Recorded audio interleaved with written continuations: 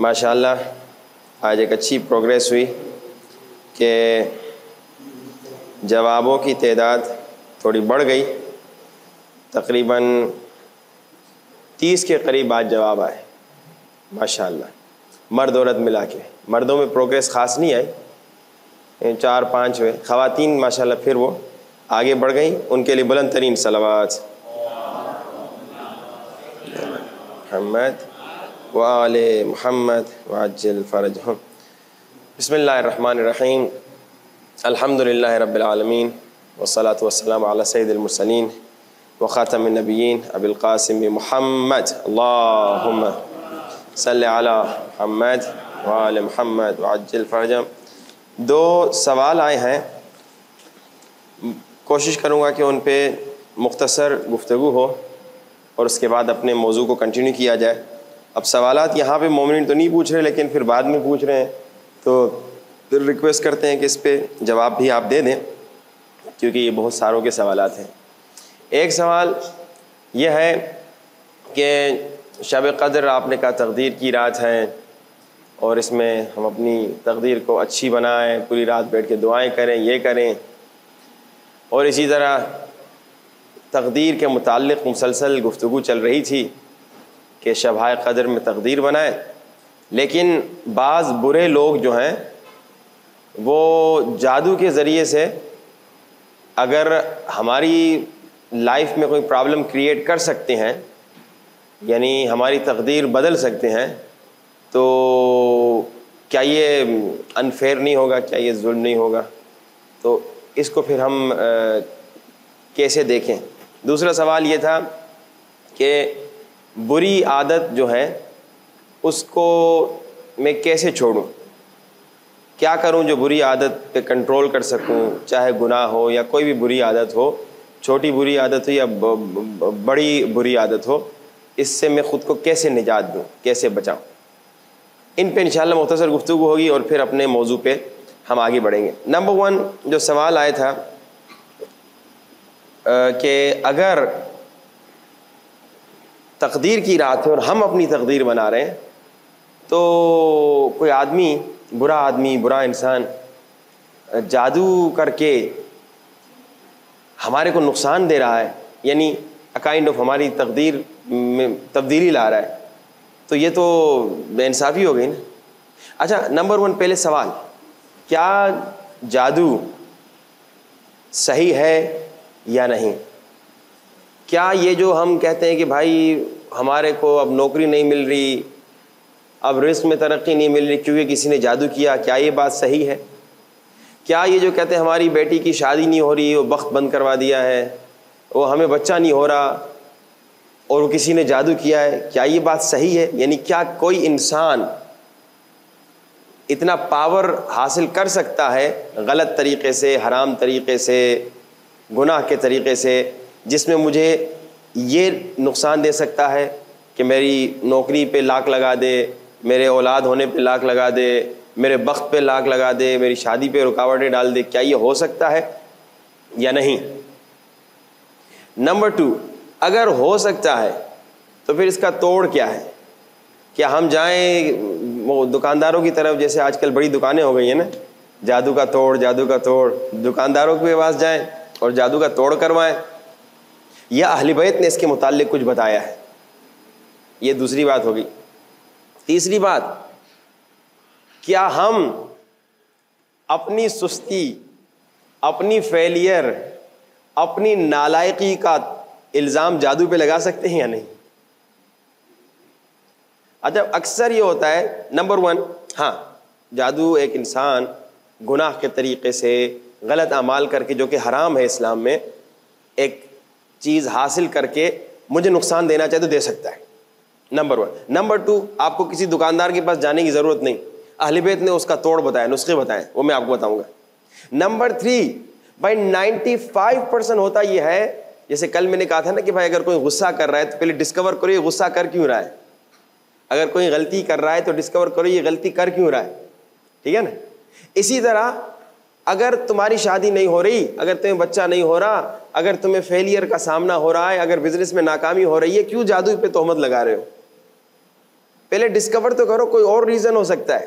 95% ہم لوگ تلاش نہیں کرتے کہ بھائی یہ رکاوٹ کیوں آ گئی, یہ میرا رزق کیوں کم ہو گیا, یہ کیا نام ہے میری نوکری, میرے بزنس یا میرے فیملی میں یہ پرابلم کیوں آ گئی. فوراً ہم کہتے ہیں او فلاں نے جادو کیا ہوگا. میں کہہ رہا ہوں نمبر 1 امکانات ہیں جادو کے. نمبر 2 جادو کے توڑ کے لیے آپ کو ادھر ادھر جانے کی ضرورت نہیں, اہل بیت نے بتایا ہے کیا کرنا ہے. نمبر 3 اکثر ہوتا یہ ہے کہ جادو شادو کچھ نہیں ہوتا, ہوتا یہ ہے کہ وہ جناب ہم کوشش نہیں کرتے, تلاش نہیں کرتے ڈسکور کرنے کی, ڈائیگنوز کرنے کی اپنی پرابلم کو کہ بھائی اصل میں یہ ایشو کب سے ہوا, کیوں ہوا, کہاں سے ہوا. ڈائیگنوز کریں گے تو پتہ چلے گا کہ بھائی یہ اس کی وجہ یہ تھی, اس کی وجہ یہ تھی, اور وہ ہم خود سولو کر سکتے, اس کا جادو سے کوئی لینا دینا نہیں. اب جو سوال آیا تھا, اب ان کے بھی جواب دوں گا, لیکن جو سوال آیا تھا کہ اگر کوئی مجھے جادو کر لیتا ہے, میری تقدیر بدل لیتا ہے, یا کوئی مجھے نقصان دے دیتا ہے, تو یہ تو انفیئر ہے, مجھے تو پتہ ہی نہیں اور وہ جادو کر رہا ہے. اب سوال کا جواب میں اس انداز سے دوں گا. یہ ابھی کچھ سال پہلے کی بات ہے نا, ایک جھوٹی گیم شروع ہوئی تھی, پینڈیمک, ایک جھوٹا پینڈیمک جس کا نام کیا تھا, کووڈ. بالکل 100% جھوٹا ایک گیم تھا, جھوٹا پینڈیمک تھا. لیکن اس جھوٹے پینڈیمک کی تھیوری کیا تھی؟ اس کی تھیوری یہ تھی نا کہ 14 دن تک آدمی کے اندر وائرس ہوتا تھا, اور وہ کیا نام ہے آپ سوشل ڈسٹینسنگ نہ کرتے تو وہ آپ کو لگ جاتا. ایسا ہی تھا نا, تھیوری اس کی یہی تھی نا کہ بھائی سوشل ڈسٹینسنگ رکھنا, 2 میٹر پتہ نہیں کتنے میٹر, اور کیا نام ہے یہ ماسک لگانا, فلاں لگانا, ویکسین, یہ سارا تھا نا اس میں. اور اگر آپ یہ نہیں کرتے اس تھیوری کے بقول آپ کو لگ جاتا, اور اگر کرتے تو اس کے بقول آپ کو نہ لگتا. حالانکہ بالکل جھوٹ تھا, آپ احتیاط بھی کرتے تھے پھر بھی آپ کو لگتا تھا, کیونکہ ایک پوری گیم تھی. وہ میرا موضوع نہیں, اس میں ابھی جاؤں گا نہیں, لیکن اس پہ سمجھیے ہماری پی ایچ ڈی. اگر کسی کو ہم سے بات کرنی ہے کووڈ کے بارے میں, اور کووڈ-19 اور اس کے گیمز اور اس کے تمام جھوٹ WHO کے گیم, اس کے بارے میں, وہ انشاءاللہ کبھی ہم سے آ کے بات کریں, وہ ہم آپ سے گفتگو کریں گے. لیکن اس تھیوری میں کیا تھا کہ بھائی آپ احتیاط نہیں کرتے تھے, ہاں آپ سوشل ڈسٹینسنگ کا خیال نہیں کرتے تھے, تو آپ کو پتہ بھی نہیں چلتا تھا وہ وائرس آپ پہ اٹیک کرتا تھا, ہے نا, ایسا ہی تھا نا. اب یہ سوال جو انہوں نے پوچھا کہ بھائی کسی نے جادو کر لیا, ہمیں پتہ بھی نہیں ہے, یہ انفیئر ہے, تو اس کا طریقہ اہل بیت نے بتایا. اہل بیت نے کہا کچھ دعائیں ہیں, کچھ نسخے ہیں, کچھ تعویذ ہیں, کچھ ہیرز ہیں, وہ تم اپنے پاس رکھو, کوئی تم پہ جادو کر نہیں سکے گا, کوئی تمہیں نقصان دے نہیں سکے گا. جیسے وہ پریکاشن والا ہے نا کہ precaution is better than cure. تو انسان اگر ان چیزوں سے بچنا چاہے تو وہ کچھ اعمال ہیں, کچھ نسخے ہیں, کچھ دعائیں ہیں, اس پہ عمل کرے گا. جیسے میں نے کہا کسی دکاندار کے پاس جانے کی ضرورت نہیں. وہ انگلینڈ میں تو ٹی ویوں پہ اعلان ہوتا ہے جادو کا توڑ, 100 پاؤنڈ دو, 500 پاؤنڈ دو, 1000 پاؤنڈ تک بیچاری خواتین کو لوٹتے ہیں, اور بیچاری خواتین دھوکے میں ہوتی ہیں, اور وہ پریشان ہوتی دیتی ہیں, اور بزنس چل رہا تھا ان کا دھوکے کا. حالانکہ اہل بیت نے بہترین نسخے بتائے, ابھی میں آپ کی خدمت بتاؤں گا. ایک بہت آسان, معوذتین, سورہ ناس اور سورہ فلق, اس کی تلاوت کرتے رہیں. سورہ ناس اور سورہ فلق اس کی تلاوت کرتے رہیں. 2 آیت الکرسی ہم فیہا خالدون تک اس کی تلاوت کریں. اور آیت الکرسی کے بارے میں متعلق روایات بتاتی ہیں کہ اگر آپ 5 مرتبہ آیت الکرسی پڑھیں تو خدا آپ کی حفاظت کے لیے آ جاتا ہے. یعنی کہ فزیکلی روایت ہے کہ جو 1 مرتبہ آیت الکرسی پڑھے گا اتنے فرشتے آئیں گے, 2 مرتبہ آیت الکرسی پڑھے گا اتنے فرشتے, 3 مرتبہ آیت الکرسی اتنے فرشتے, 4تھی مرتبہ آیت الکرسی اتنے فرشتے, 5ویں مرتبہ جب آیت الکرسی اللہ فرشتے کو کہے گا تم چلے جاؤ, میں خود اس کی حفاظت کروں گا. 5 مرتبہ آیت الکرسی پڑھ, اسی لیے ریکمینڈڈ بھی ہے سفر میں جب جاؤ 14 مرتبہ آیت الکرسی پڑھو, 5 آیت الکرسی پڑھو, معوذتین یعنی ناس اور فلق کی تلاوت کرو. اور کیا کریں, اور ایک ذکر ہے جو امام رضا علیہ الصلوۃ والسلام نے, اللہم صلی علی محمد وعلی محمد وعجل فرجہم, ایک شخص کو سکھایا. کہا وہ ڈرا ہوا تھا کہ مجھ پہ کوئی جادو ہوگا, یہ ہوگا. امام نے کہا یہ پڑھو, بسم اللہ العظیم, بسم اللہ العظیم رب العرش العظیم الا ذہبت وانقرضت. یہ وہ دعا ہے, آپ نے پڑھ لی. اچھا, اس کے علاوہ حرز جواد ہے. حرز جواد بھی خاص طریقے سے لکھا ہونا چاہیے, اور پھر چاندی میں ہونا چاہیے, صحیح والا, صحیح پروسیس کے ساتھ, وہ رکھیں اپنے پاس. اس کے علاوہ ایک بہترین تعویذ ہے, والد محترم نے اس کا ایک کلیکشن بنایا ہے مختلف تعویذوں کا اور حرزوں کا, وہ ہمارے پاس ہے, جسے چاہیے ہم دے دیں گے. اپنے جیب میں رکھیں, اپنے گھر میں رکھ لیں, اپنی گاڑی پہ رکھ لیں. بلکہ یہ ایسے کریں گے کہ اس کو دیں گے جو آخر تک وہ 500 صلوات پڑھتا ہو, اس کو دیں گے. بہترین حرز ہے, سپر پاور ہرز ہے یہ. ہم نے جس کو دیا ماشاءاللہ اس نے خود آ کے بتایا کہ مولانا جس کو بچے نہیں ہوتے تو ان کو بچے ہو گئے, کیونکہ اس میں جتنے بھی اہل بیت کے ہیرز اور تعویذ ہیں ان کا ایک کلیکشن بنایا ہے والد محترم نے, بہت عمدہ ہے. ہم بھی اکثر اپنے پاس رکھتے ہیں سفر میں مشکلات سے نجات کے لیے. یہ آپ پریکاشنز رکھیں گے تو کوئی نہ آپ پہ جادو کر سکے گا نہ آپ پہ تعویذ کر سکے گا. بلکہ دیکھیے یہ جو نظر بد ہے نا, روایات بتاتی ہیں کبھی کبھی آپ کو خود اپنی نظر لگ سکتی ہے. آپ آئینے کے سامنے آئے, واہ بھائی واہ آج اچھا لگ رہا ہوں, نظر لگ گئی. تو نظر بد سے بچنے کے لیے بھی یہی معوذتین پڑھیں. یا جب کسی مومن کو آپ نے دیکھا, کسی بچے کو دیکھا آپ نے, بڑا پیارا لگ رہا ہے, تو آپ کہیے اللہ اکبر ماشاء اللہ, آہستہ دل میں کہیں, ضرور نہیں کہ بلند آواز سے کہیں. ان ممالک میں آپ بلند آواز سے روڈ پہ اللہ اکبر کہیں گے لوگ پریشان ہو جائیں گے کیا ہو گیا, ٹھیک ہے. کسی مومن بھائی کو دیکھا, کسی کی گاڑی اچھی لگ گئی, کسی کے گھر میں آپ گئے, واہ کیا گھر ہے, کسی کا بزنس آپ نے دیکھا کیا اچھا ہے, آپ کہتے ہیں اللہ اکبر ماشاء اللہ, تو نظر بد سے وہی بچ جائے گا. اور اگر کسی کو نظر بد سے بچنا ہے تو روایات بتاتی ہیں گھر سے نکلنے سے پہلے معوذتین سورہ ناس اور سورہ فلق پڑھو, خود پہ دم کرو, بچوں پہ دم کرو, بچوں کو اسکول بھیج رہے ہو ناس اور فلق پڑھو, دم کر کے بھیج دو. اچھا اگر کسی کو نظر بد لگ گئی فار ایگزامپل, یوں قنوت کرو, ایک مرتبہ الحمدللہ, ایک مرتبہ ناس, ایک مرتبہ فلق, ایک مرتبہ توحید پڑھو, اور پھر یہ منہ پہ ہاتھ پھیر لو, اللہ نظر بد سے بچا دیں. دیکھیں تو اب سوال یہ ہوا, نمبر 1 جادو کوئی کر سکتا ہے, ہاں کر سکتا ہے. نمبر 2 اس کا توڑ اہل بیت نے بتایا یا ہم دکانوں پہ گھومتے پھرے, دکان پہ نہ جائیں, اہل بیت نے توڑ بتایا, یہ ساری باتیں آپ نے سنی.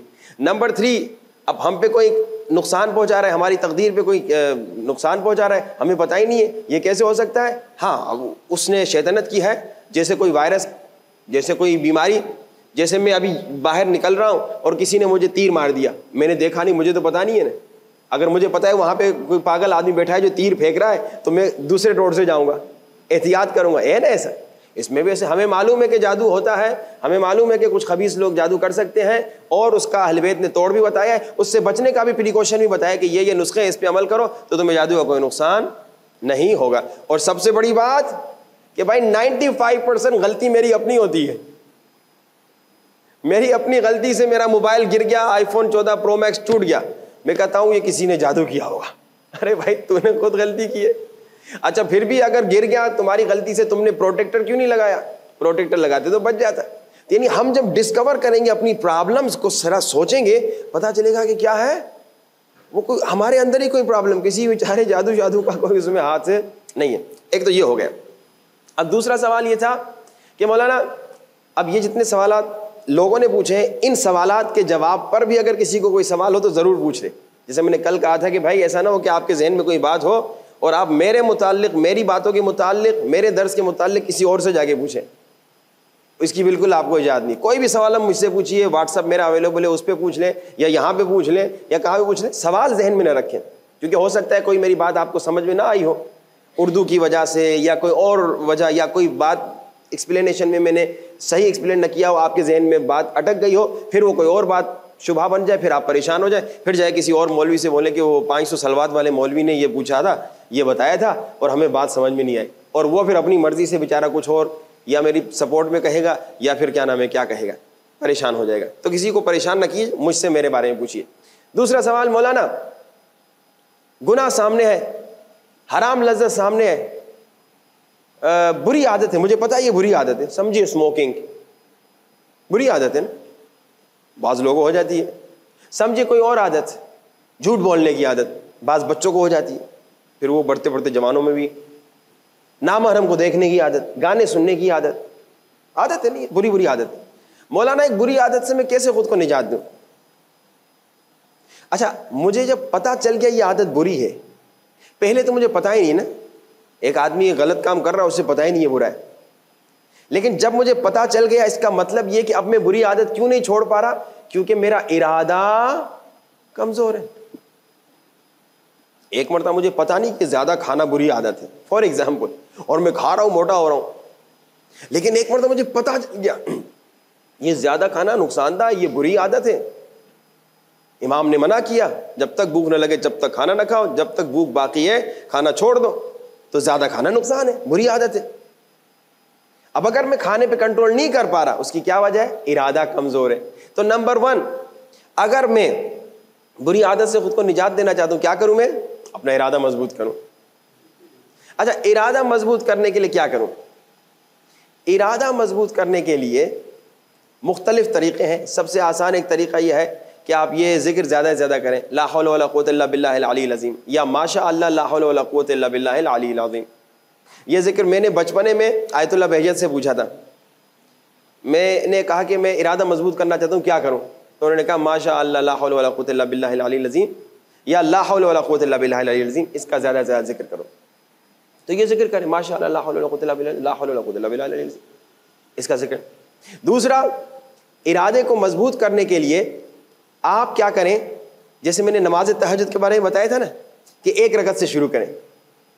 فار ایگزامپل اب آپ کو ایک بری عادت ہے 4 روٹیاں کھانے کی, تو فوراً نہ کہیں کہ میں آدھی روٹی کھاؤں گا, پہلے آپ 3.5 کر لیں, کچھ عرصے تک 3.5 روٹی کھائیں, پھر اس کے بعد 3 کر, آہستہ آہستہ, تاکہ وہ عادت ایک مضبوط ہو جائے, پھر آگے بڑھیں. یا اسی طرح علماء کہتے ہیں بری عادت کو چھوڑنے کے لیے, ارادے کو مضبوط کرنے کے لیے آپ منت سے کام لیں. نظر, وہ نظر نیاز نہیں جو ہم کرتے ہیں, منت مانے فار ایگزامپل اگر میری جھوٹ بولنے کی خدا نخواستہ اگر عادت ہے تو میں منت مان لوں کہ اگر میں نے جھوٹ بولا تو, اور صحیح طرح سے جیسے منت مانی جاتی ہے اسلامکلی, اگر میں منت مانتا ہوں کہ اگر میں نے جھوٹ بولا خدا نخواستہ تو میں خود کو سزا دینے کے لیے 2 رکعت نماز پڑھوں گا, یا خود کو سزا دینے کے لیے میں کیا کروں گا, ایک روزہ رکھوں گا. تو اب کیا ہوگا, اب منت ادا کرنا تو واجب ہے, نہیں تو اس کا کفارہ ہوگا. تو اب کیا, ارادہ مضبوط کرنے کے لیے پہلے چھوٹی چھوٹی سزائیں بھی رکھیں. میں 10 یورو صدقہ غریب کو دوں گا اگر میں نے غصہ کیا, اگر میں نے جھوٹ بولا میں 10 یورو صدقہ غریب کو دوں گا, اگر میں نے یہ غلط کام کیا تو میں اتنے یورو غریب کو دوں گا. چھوٹی چھوٹی سزائیں اپنے رکھیں, منت مان لیں.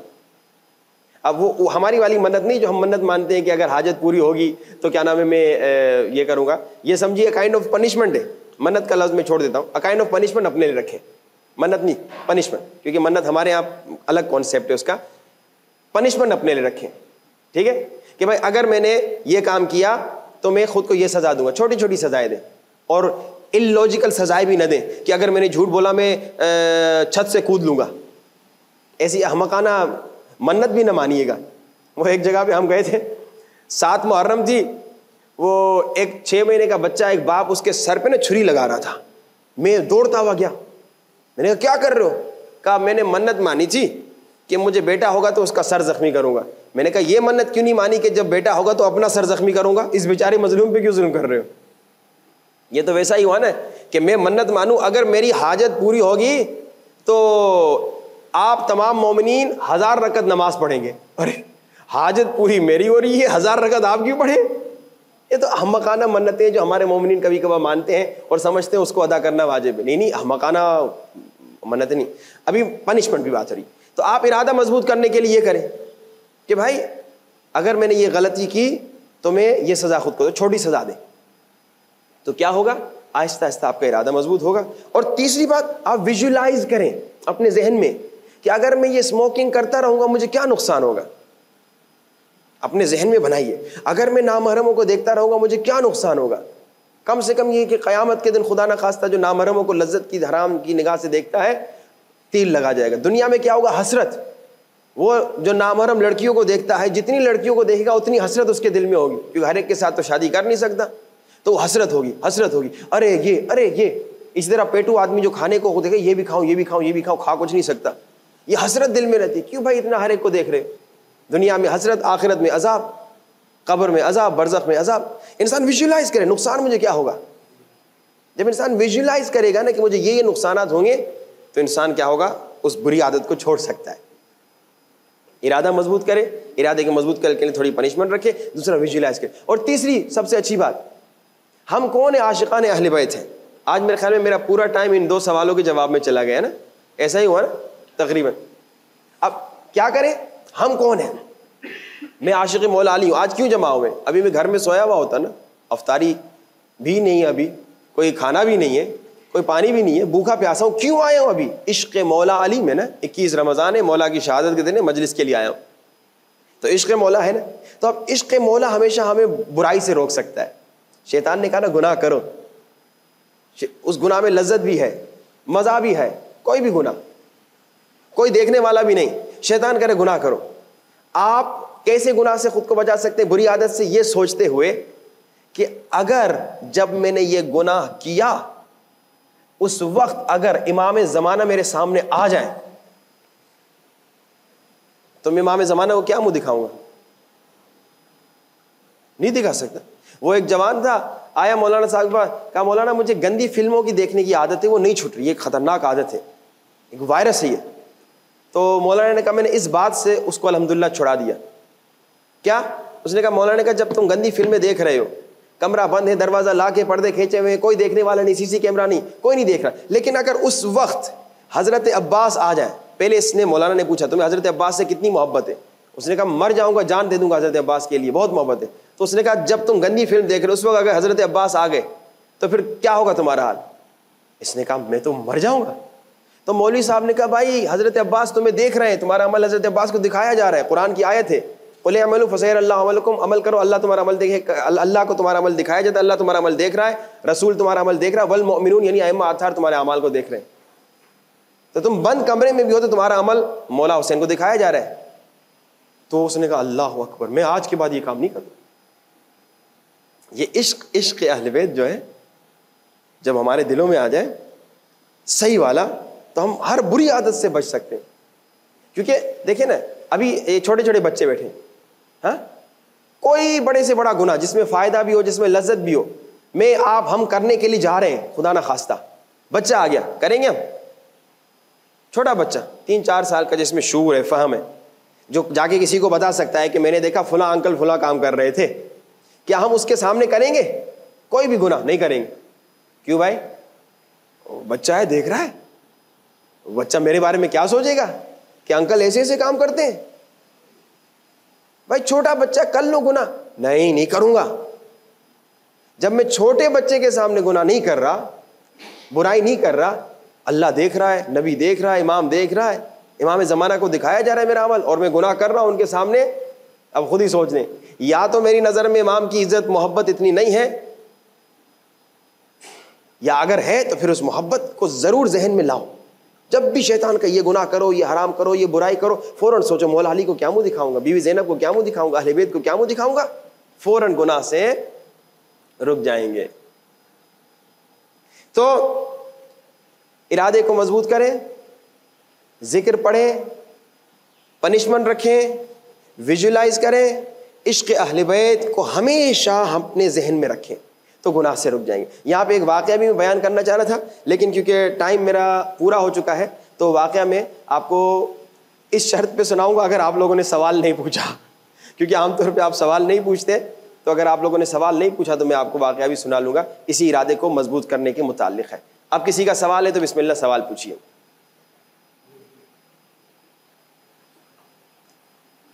نہیں ہے کوئی سوال؟ چلیے جب تک آپ ذہن میں سوال سوچیں میں یہ واقعہ آپ کو سنا دیتا ہوں. آج تو آپ لوگوں نے جان بوجھ کے سوال بھی نہیں پوچھا ہوگا کہ یہ کہانی سن لیں, کیونکہ بچپن میں ہمیں کہانی سننے کا بڑا شوق تھا, مولوی صاحب کہانی سنا رہے تو کہانی سن لیں. گناہ سے کیسے بچیں, گناہ سے کیسے خود کو روکیں, برائی سے کیسے روکیں, یہ بہت مفید ہے. ایون جس نے سوال نہیں پوچھا اس کے لیے مفید ہے. ایک جوان تھا, مولا کا بڑا عاشق تھا, جسے آپ بھی مولا کے عاشق ہیں. اچھا اسے پتا تھا کہ مولا امام چھڑے سرکار کا واقعہ ہے کہ یہاں سے روزانہ گزرتے تھے. اتنا عاشق تھا, ہر روز راستے میں کھڑا ہوتا تھا, مولا کو دیکھنے کے لیے آتا تھا, ہر روز آتا تھا.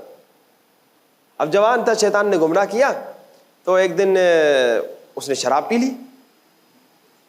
اب وہ ٹائم ہو گیا امام کے آنے کا, اب یہ دوڑتا ہوا آ گیا روڈ پہ, راستے پہ, امام کو دیکھے. امام کو جیسے دیکھا خوش تو ہوا, لیکن اچانک یاد آیا اس نے یعنی گناہ کیا ہوا تھا, شراب پی ہوئی تھی. جیسے امام اس کے قریب آئے یہ مڑ گیا, دیوار کی طرف مڑ گیا, امام کی طرف پیٹ کر دی. جب امام مجھ سے بات کریں گے, سلام کریں گے, وہ منہ سے بدبو آئے گی تو بےزتی ہو جائے گی. اب یہ وہ تھا جو سمجھ رہا تھا کہ امام صرف مجھے وہاں روڈ پہ دیکھ سکتے ہیں. آپ لوگ جاتے ہیں امام رضا کی زیارت پہ, کیا کہتے ہیں؟ اشہد انک تشہد مقامی و ترد السلامی. آپ مجھے دیکھ رہے ہیں, آپ میرے سلام کا جواب دے رہے ہیں, آپ مجھے دیکھ رہے ہیں. اب بعض لوگ سمجھتے ہیں امام کے سامنے امام دیکھ رہے ہیں, اور جب میں اپنے کمرے میں امام نہیں دیکھ, یہ جوان ایسا تھا, اس نے سمجھا امام صرف مجھے کیا نام ہے سامنے دیکھ رہے ہیں, اس نے منہ موڑ لیا, پیٹ کر لی امام کو, امام نے کاندھے پہ ہاتھ رکھا. امام نے کہا پہلی بات ایسا کام کیوں کرتے ہو جو تمہیں اس برے کام کی وجہ سے ہمیں پیٹ دکھانی پڑے, ایسا کام نہ کرو نا, یہ سب ہم سب کے لیے, ایسا کام نہ کرو نا جس کی وجہ سے تمہیں امام سے منہ موڑنا پڑے.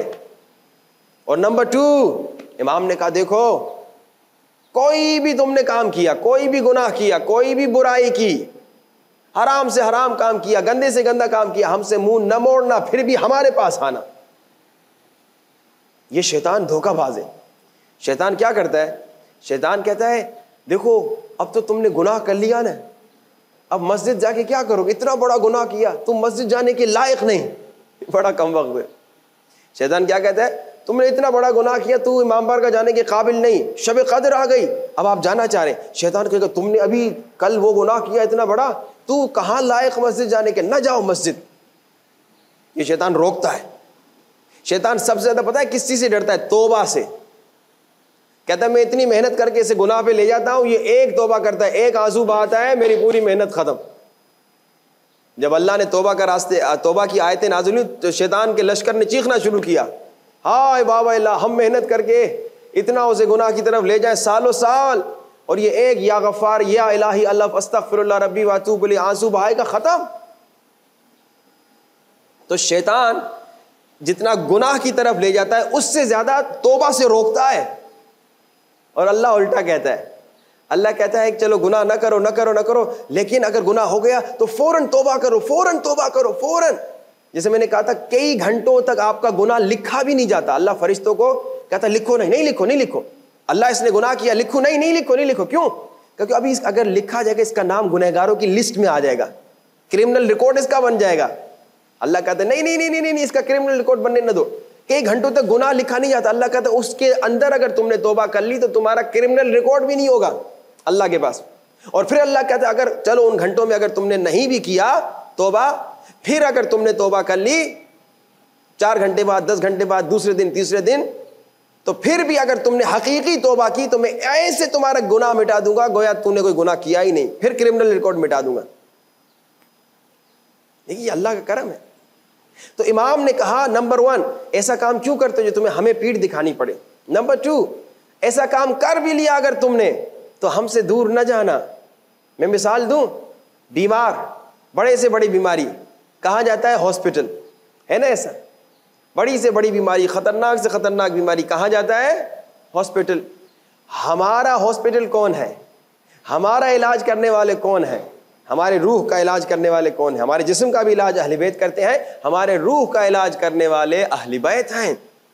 خدا نخواستہ زنا کیا, شراب پی, جو بھی گناہ کیا, مسجد امام بارگاہ سے دور نہ ہونا, اہل بیت سے دور نہ ہونا, کیونکہ جتنا تم دور ہوگے اتنا تم گڑھے میں گرو گے, اتنا تم کھڈے میں گرو گے, اتنا تم جہنم میں گرو گے. لیکن اگر آج ایک گناہ خدا نخواستہ کر لیا, اہل بیت کے در پہ آؤ گے تو کیا ہوگا, ایک قطرہ آنسو کا بہاؤ گے, اہل بیت کو وسیلہ بناؤ گے, تو ماشاءاللہ تمہاری توبہ ہو سکتی ہے, نجات کا وسیلہ ہو سکتا ہے, اور تم پھر دوبارہ حر بن سکتے ہو.